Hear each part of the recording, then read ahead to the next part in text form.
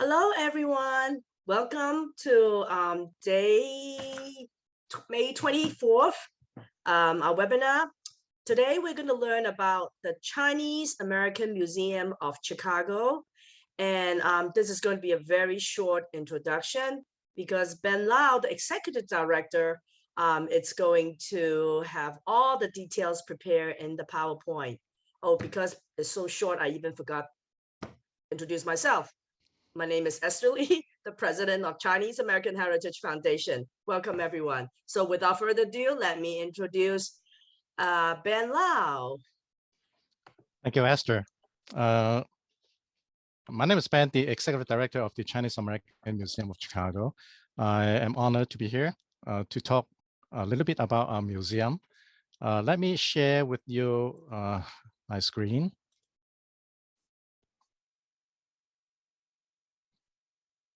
Can everybody see my screen? Yes. Great. Chinese American Museum of Chicago, in short, is CAMO. When you search online, you can find our museum as well as another organization. I hope that you won't mix up, our museum with our organization. The Chinese American Museum of Chicago is governed by the board of directors of the Chinatown Museum Foundation, in short is CMF, which is a 501c3 nonprofit corporation located in Chicago, Illinois. Our museum building was actually built in 1896 as a warehouse and was later home to the Guangyi Company. Our museum opened in 2005 in Chicago's Chinatown neighborhood. Unfortunately, we suffered a damaging fire in 2008, but we reopened our renovated quarters. It is called the Raymond B. and Jane T. Lee Center in 2010. From this slide, you can see our map. You can see the red dot is our location, which is not far away from the Love Chinatown Red Line station. It's within walking distance. It's about like 8 minutes walk. So if you happen to visit Chicago, you took the plane to our O'Hare Airport. You can take the blue line and then switch it to red line and stop by the Love Chinatown Red Line station, and you will be, to our museum in a short time. Our museum has a mission.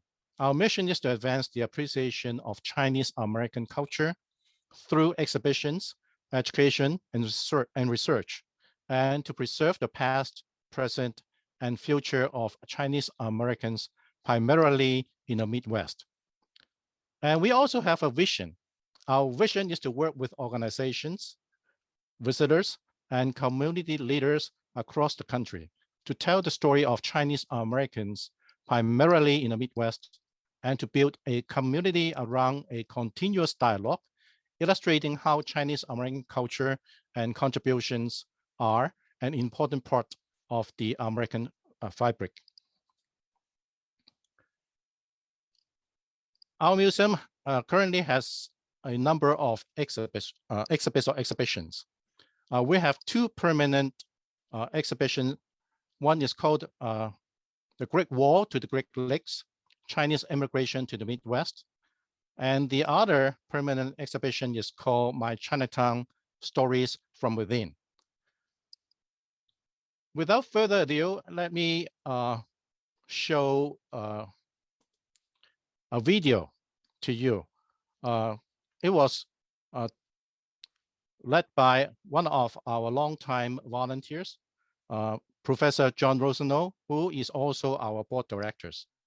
So I hope you can enjoy these short videos.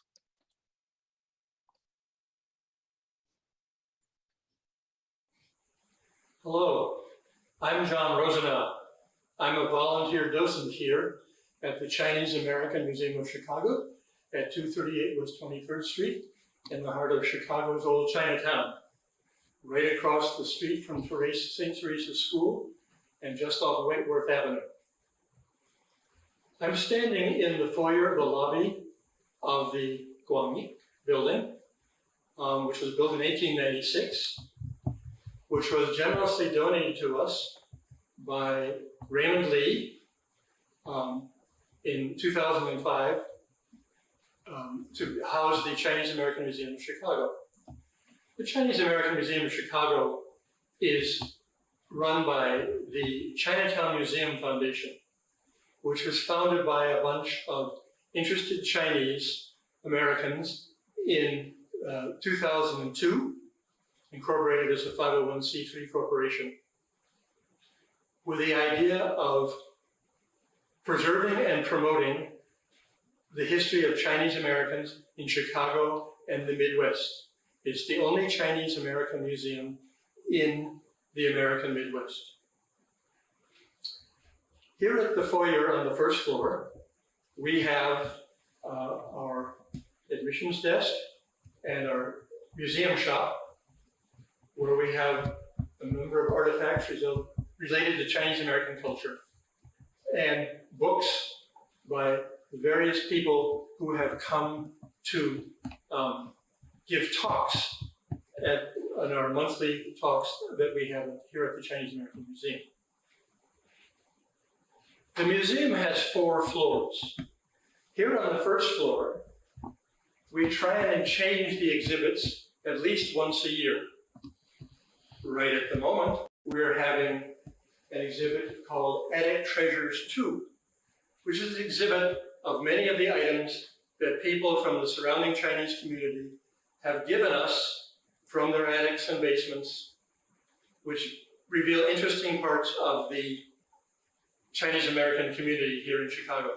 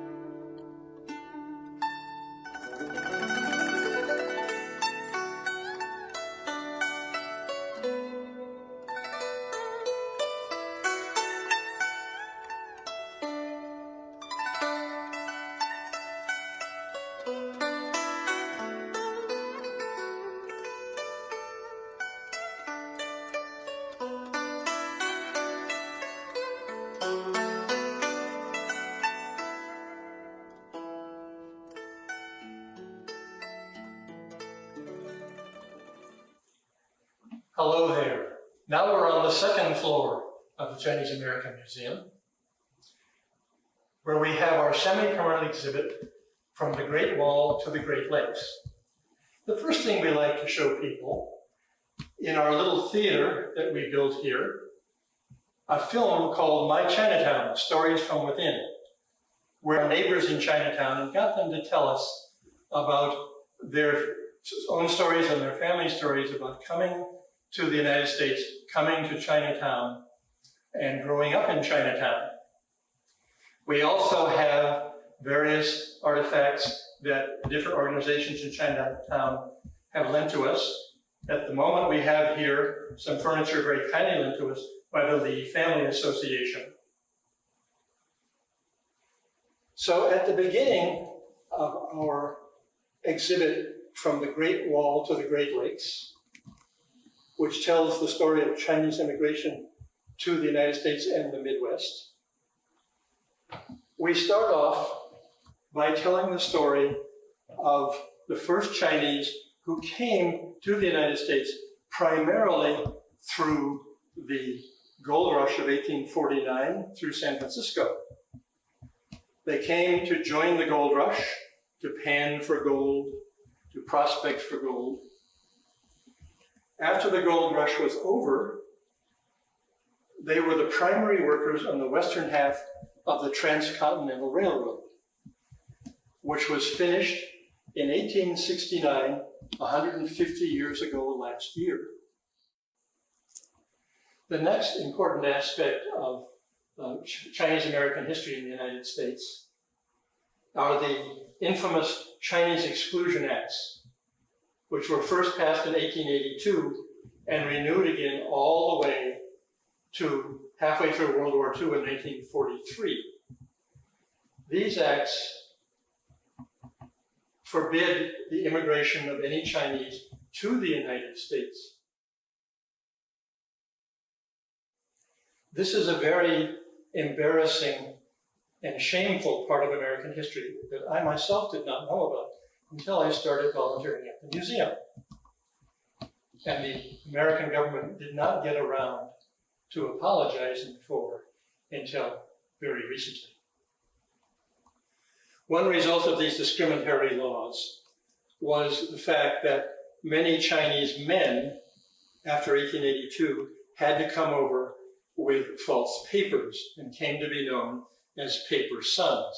And I have here documentation of the difficulties they went through, some of the notes that they used when they were being interviewed at Ellis Island, and the difficulties they had coming to the United States and particularly to Chicago and the Midwest. Of course, what we're particularly interested in here is why they came to Chicago. And so shortly after the completion of the Transcontinental Railroad, which, as I mentioned, was built largely with Chinese American immigrant labor, the Moy brothers came to Chicago and founded the first Chicago Chinatown, which is originally downtown in the Loop. Later on, in 1912, they moved down to the location of the present Chinatown where we are now. And so we have documented the history of those, and it is on our website. The next contribution of Chinese Americans made to Chicago's history is Chinatown's participation in the two World's Fairs of 1893 and 1933. In 1893, which was still back in the Qing Dynasty, and again in 1933, when China was being invaded by Japan, the Chinese government was unable or unwilling to participate in these World's Fairs. So the local Chinese community here in Chicago paid for, imported from China, and put up exhibits to represent their history and culture because they felt it was important that it be represented. So we're happy to have here many souvenirs from the two World's Fairs. Another remembrance of the 1933 World's Fair is that is when the Linglong Museum opened in Chinatown and continued to run in Chinatown until the 1970s. We have souvenirs from the Linglong Museum, and one of the dioramas that they had imported from China, as well as some other figures from that museum. And we even have the Buddha's crown from the big Buddha that was at the back of the museum. Of course, one of the greatest contributions that Chinese Americans have made to American culture is Chinese food and the Chinese restaurant. And we have here souvenirs and menus from many of the famous Chicago restaurants back as far as the 1890s and the 1920s. Some in Chinatown and some outside of Chinatown. In addition, of course, all of these supplies came from through San Francisco and on the Transcontinental Road to Chicago to supply these restaurants and other stores. Many Chinese came to these Chinese stores in Chicago's Chinatown to buy Chinese goods, Chinese patent medicine, to pick up their mail, and also to get traditional Chinese herbal remedies, which were made freshly with them from ingredients imported from China, as well as delicacies which they could not get otherwise, for example, 1,000-year-old eggs. Another thing that Chinese Americans used to be famous for, of course, are Chinese hand laundries. And so we have here a small laundry exhibit. All of these artifacts came from the attics and basements of people here in Chinatown, showing how they used to wash these, particularly shirts, and iron them with heavy metal irons, working long hours in a hot laundry. Here's a photograph from Grace Chun's family, showing her grandfather and her father and uncle as little boys in their Chinese hand laundry here in Chicago. Of course, many Chinese Americans have served in the American Armed Forces from World War I, World War II, Korea, Vietnam, and all the way through the present activities in the Middle East. So we have a list here of all the Chinese American veterans in the Chicagoland area that we could find, and souvenirs which they kindly lent us of their service in the American Armed Forces. Another thing we did was to give various families in the Chicagoland area an opportunity to document their own personal family history in coming to the United States, sharing some of their family photographs and a brief summary of their coming to the United States. We call this section Passages. And the different generations that have grown up, the immigrant families, their children, their grandchildren, their great-grandchildren. And down at the end, we have a set of Chinese adoption papers. And speaking of adoption, a recent part of the story of Chinese immigration to the United States involves the adoption of Chinese girl babies from the Chinese government. Because of China's one-child policy and the preference for having boy children, there were in the 1980s and 90s a lot of Chinese girl babies available for adoption, and many of them were adopted to the United States, and particularly to Chicago and the Midwest. And so we have a documentation of some of the clothes they were wearing, their families going to the orphanages in China to meet them, this very interesting story, which results in a lot of Chinese girls now in their teens or 20s who are Chinese by birth, but of course don't know a lot about Chinese American culture. But we do welcome them to come to the Chinese American Museum and learn about the traditional Chinese culture and their heritage. So this concludes our very brief introduction to the Chinese American Museum of Chicago. I hope that you will come down, and we welcome you to come down and learn more about some of the things I briefly touched on, and we'd be happy to answer any of your questions.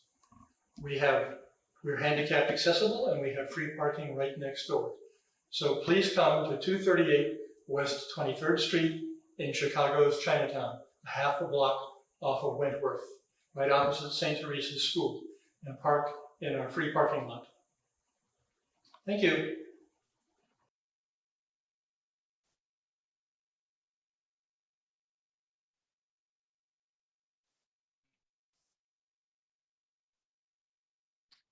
So I hope you enjoy the brief tour guided by our longtime volunteer docent, Professor John Rosenau.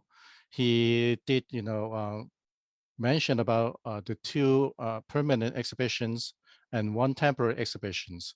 And now I would like to talk a little bit about our mini exhibition. It's called The Era of Opulence, Chinese Fine Dining.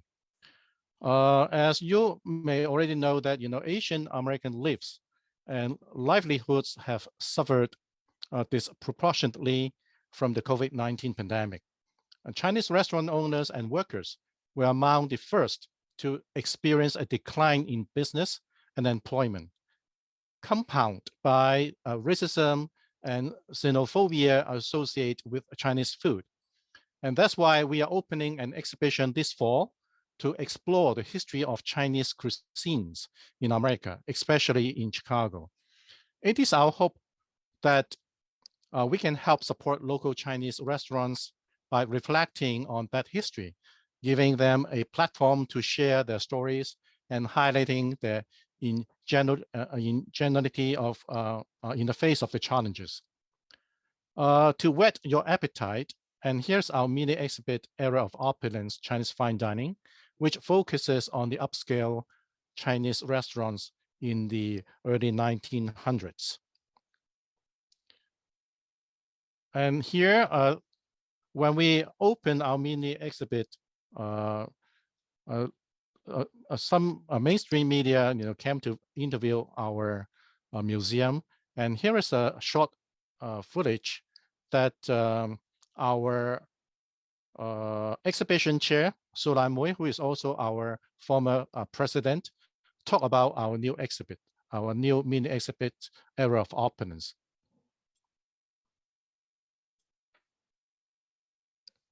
At the Chinese American Museum of Chicago is highlighting the origin and history of Chinese fine dining. And it highlights the struggles many Chinese restaurant owners faced at the turn of the century and are once again feeling today. Here's NBC5's Vi Win with the story. This is a picture of the first Chinatown in Chicago. Su Lan Moy knows a lot about Chinese history and culture. She's the immediate past president of the Chinese American Museum of Chicago in Chinatown. I think Chinese food is the first ethnic cuisine that America fell in love with and still really love. The museum was shut down twice last year, but recently reopened, unveiling its first mini exhibit to visitors since the pandemic began. When we started doing our research, we found that there were so many fine dining restaurants, but only during this special era. Moy is the chair of the exhibition committee and walked us through the Era of Opulence exhibit, showing us the origin and history of Chinese fine dining in America in the early 1900s. This panel, we have 4 restaurants that were advertised in the Chicago Daily Tribune. She says King Joy Lo was the first upscale Chinese restaurant to open in Chicago in 1906. This food basket is lacquered food basket. She described the restaurant as elegant. The owner invested $150,000 to open the restaurant that catered to the upper class.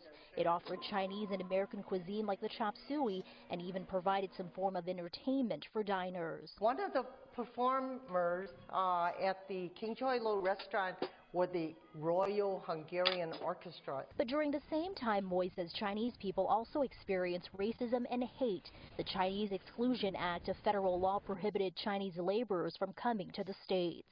What Chinese Americans were fighting for at the turn of the century continues into modern time. Moy says as more hate crimes are being reported against Asian Americans and the struggle Chinese restaurant owners face during the pandemic. It's very important for us to be able to tell our stories and acknowledge that our contribution to this United States of America, this is our country also. Vi Wen, NBC5 News. So important to acknowledge our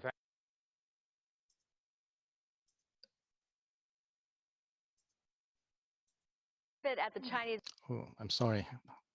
Let me turn off the video. Okay, so you have a brief idea of our new mini exhibit, the Era of Opulence. Back into the 19th centuries, the Chinese 49ers brought Chinese food to America in the gold rush era, and making it the first Asian cuisine to land in the New World. And during the construction of the Transcontinental Railroad, Chinese workers insisted on eating Chinese food. Each crew of Chinese workers would hire a Chinese cook who would adjust the menu based on what was available. And the popularity of the Chinese food among the Chinese pioneers in America tells us how culturally important Chinese food was for them.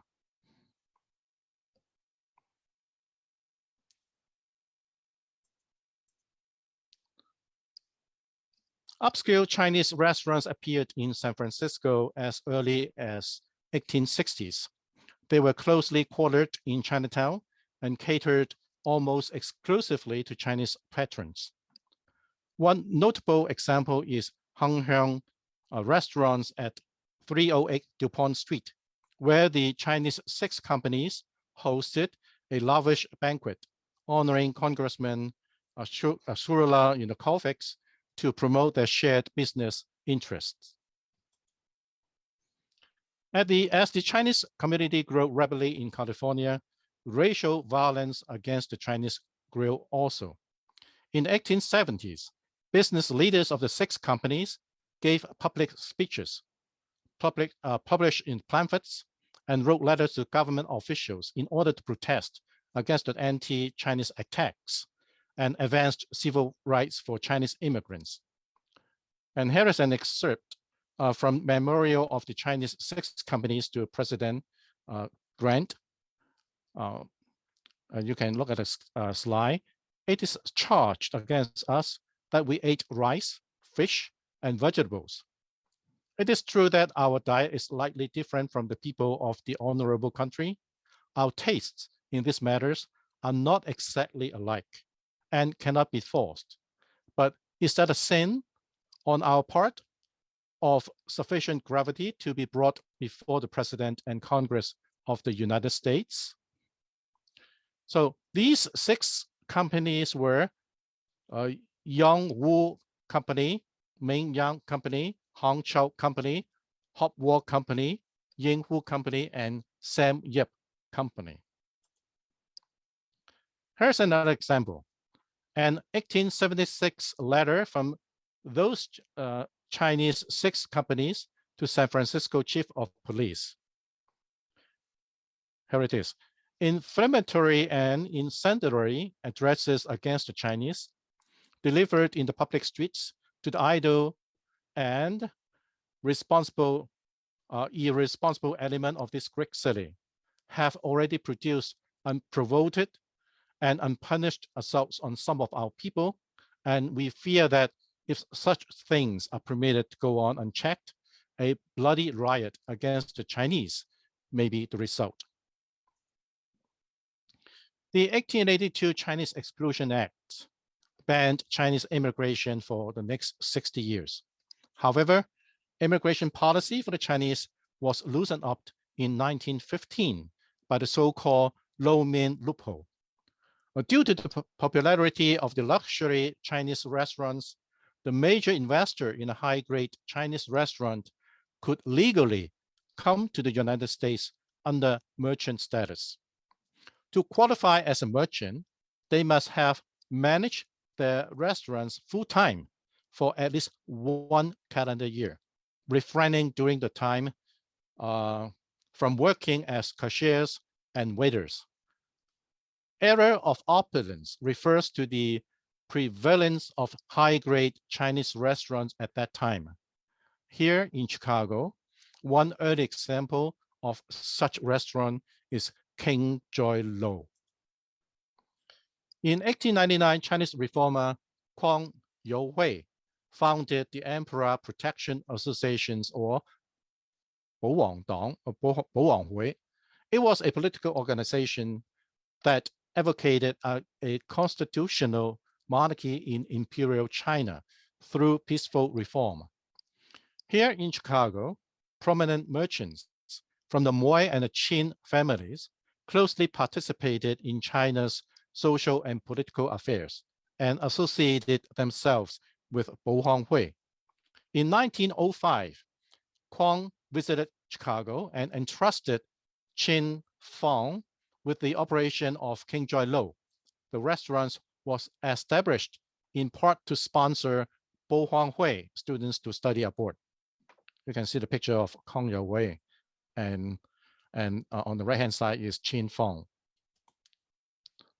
Alien land laws at that time prohibited the Chinese from owning, leasing, or inheriting property in more than a dozen United States. Legal documents had to be signed by two white people if a Chinese person was also signing. For example, two white attorneys signed Chicago's King Joy Law Incorporation document along with Chin Foyer. Located on the corner of Randolph and Clark, the restaurant opened in 1906 and catered to the urban nightlife crowd. They spared no expense on interior decor and decorated the dining hall with Chinese art, wood carvings, a chandelier hanging above a mosaic fountain, a miniature Chinese theater, and a hidden live orchestra. They also allow patrons to inspect the modern and spotless kitchen.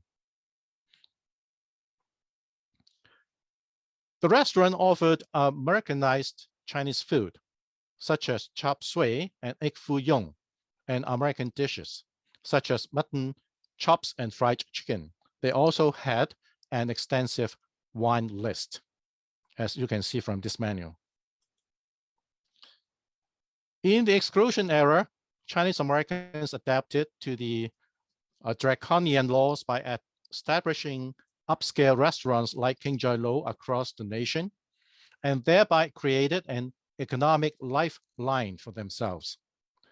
In an era of racial prejudice and public scrutiny, King Joy Lo represented a model of entertaining and respectable Chinese dining experience and helped transform the image of Chinese restaurants from sites of sickly corruption into something adventurous yet safe.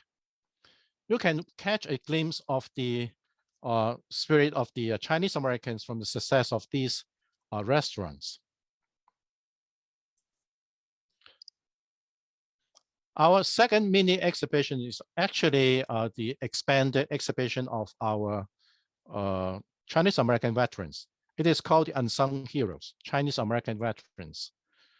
Chinese American has been serving honorably in every US war and conflict since the Civil War.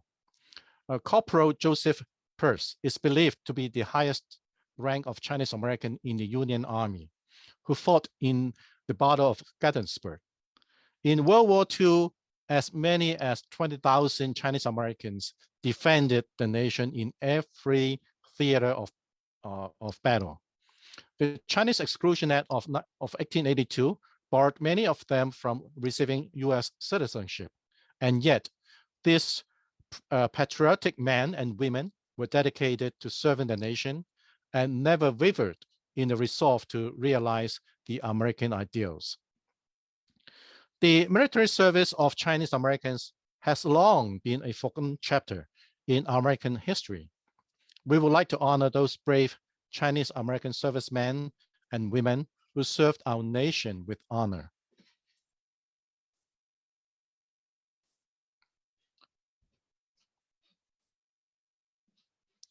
A Chinese American volunteered in World War II efforts even before the Pearl Harbor attack.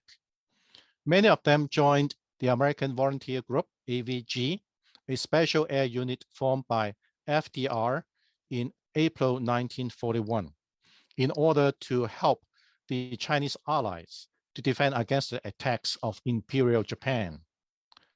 Approximately 22% of the Chinese American male population joined military service in World War II. 40% of those who served were not citizens. Here is a highlight. You can see from the slide, you can see a metal shuttle box. On display are World War II medals from Chinese American veterans in Chicago. They served in every theater of war and every branch of service. They were highly valued by the military because many of them were bilingual and could communicate with the Chinese allies and civilians. Every theater of war, like the Asiatic Pacific, Chinese Burma, India, European, African, Middle Eastern, you can also see the Chinese American participate in those, theater. And you can also see that, the Honorable Service Medal, like the Purple Heart, Good Conduct, Prisoner of War, Honorable Discharge, etc. After honorable discharge, many Chinese Americans who had been excluded from US citizenship were finally able to become naturalized citizens. In the exclusion era, Chinese American women comprised a small percentage of the Chinese American population.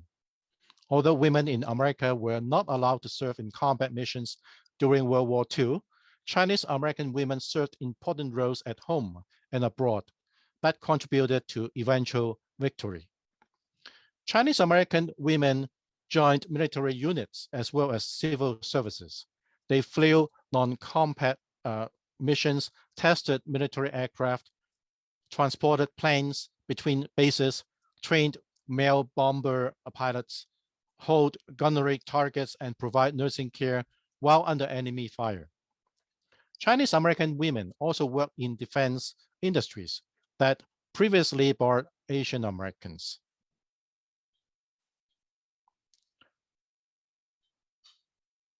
From this slide, you can see, a wedding certificate. The sacrifice of Chinese American World War II veterans helped transform Chinese American communities from bachelor societies to neighborhoods of young families. Here's the wedding certificate of World War II veteran Hong Dong-Moy and Ng Yuk-sun. The 1946 Chinese War Brides Act allowed more than 6,000 Chinese women to reunite with their husbands and fiancés in the United States. After World War II, many veteran families took advantage of the GI Bill. They attended college or trade school and received benefits such as housing loans and unemployment insurance. This laid a solid foundation for the upward mobility of Chinese Americans.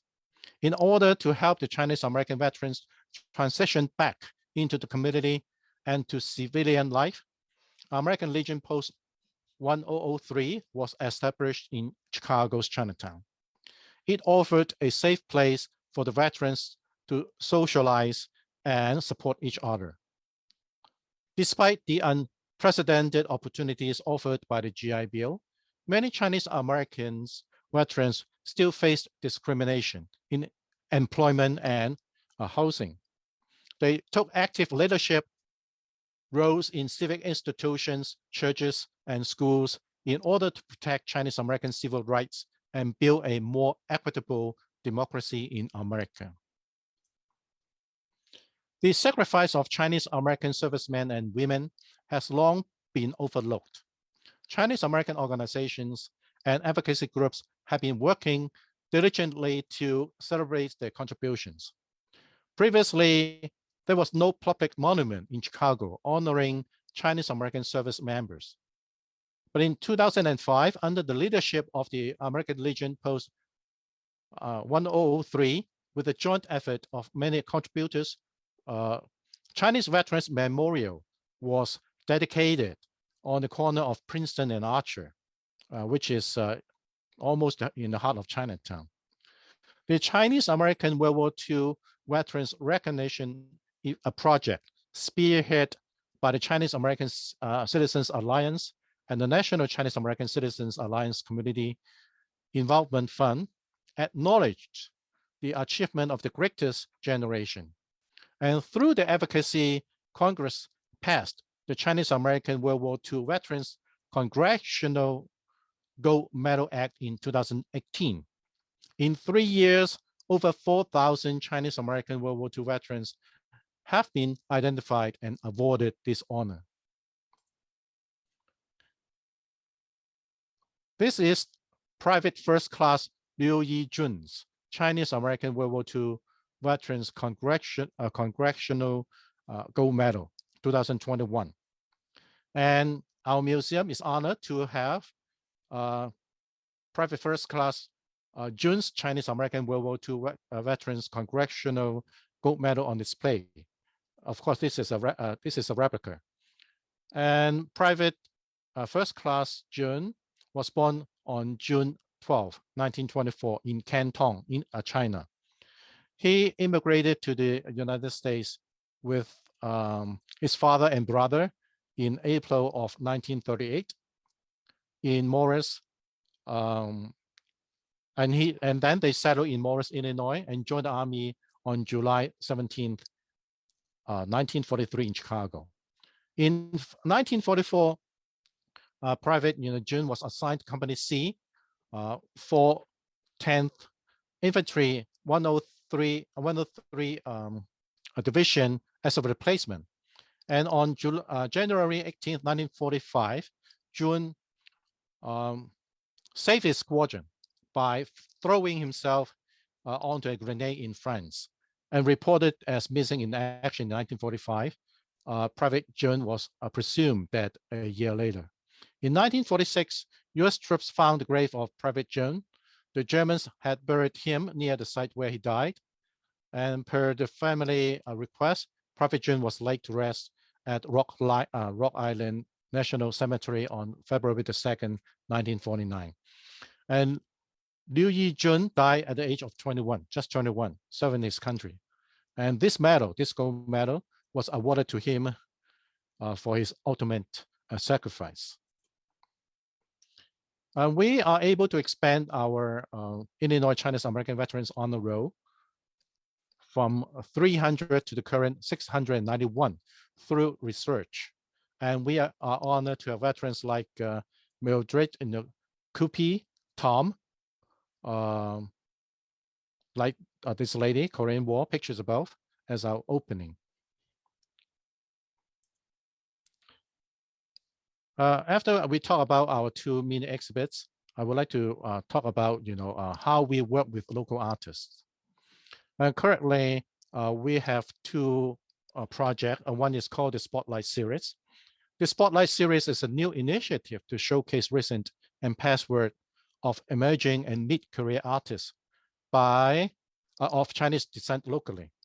And curated by Larry Lee, Mola Productions, the project aims to introduce, promote, and celebrate the divergent artistic visions and experiences of being Chinese in America, looking at and reflecting upon our relationship to contemporary visual culture to a wider audience within our community in Chicago.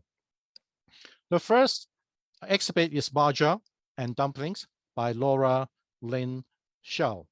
And the second and current exhibit is Untitled. Nicole Liang is Too American to be Chinese and Too Chinese to be American.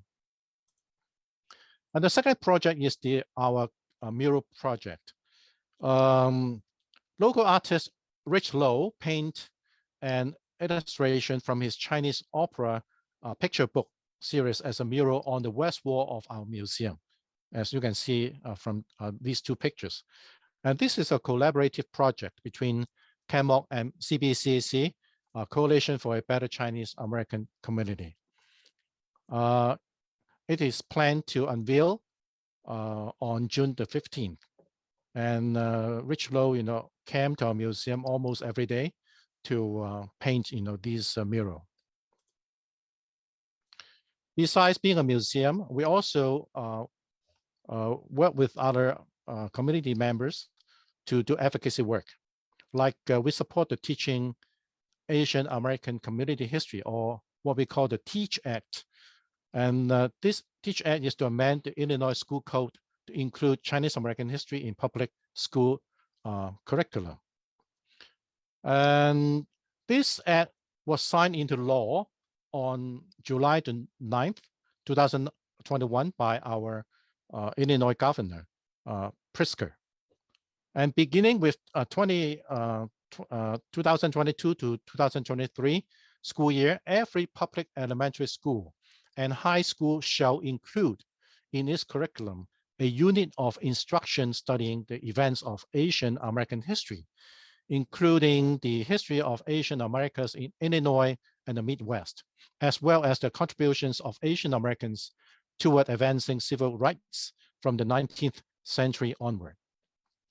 And we also joined hands with other organizations to oppose a proposed ordinance that would prohibit cultural exhibits such as house museums and libraries in nearly all residential districts in the city of Chicago.